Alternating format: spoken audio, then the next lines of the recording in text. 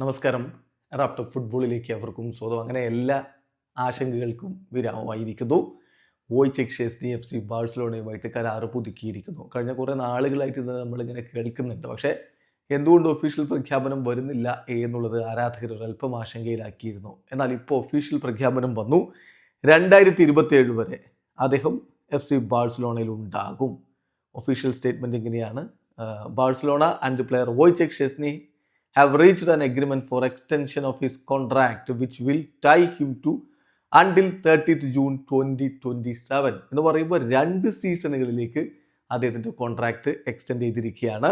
So 2025-26 26-27 അദ്ദേഹം F C ബാഴ്സലോണയിൽ ഉണ്ടാകുമെന്ന തരത്തിലാണ് ഇപ്പോൾ കോൺട്രാക്റ്റ് പുതുക്കിയിരിക്കുന്നത്. വിശദമായിട്ടുള്ള വിവരങ്ങൾ എഫ് സി ബാഴ്സലോണ അവരുടെ ഒഫീഷ്യൽ സ്റ്റേറ്റ്മെൻറ്റിൽ പറയുന്നുണ്ട്. The deal comes after great season from the goalkeeper following unexpected arrival to cover the unfortunate long-term injury to Marc-Andre ter Stegen. അത് വിരമിച്ചു പോയ ആളെയാണ് ഇങ്ങനെ വളരെ അപ്രതീക്ഷിതമായിട്ട് അവർ സ്ക്വാഡിലേക്ക് എത്തിച്ചത്.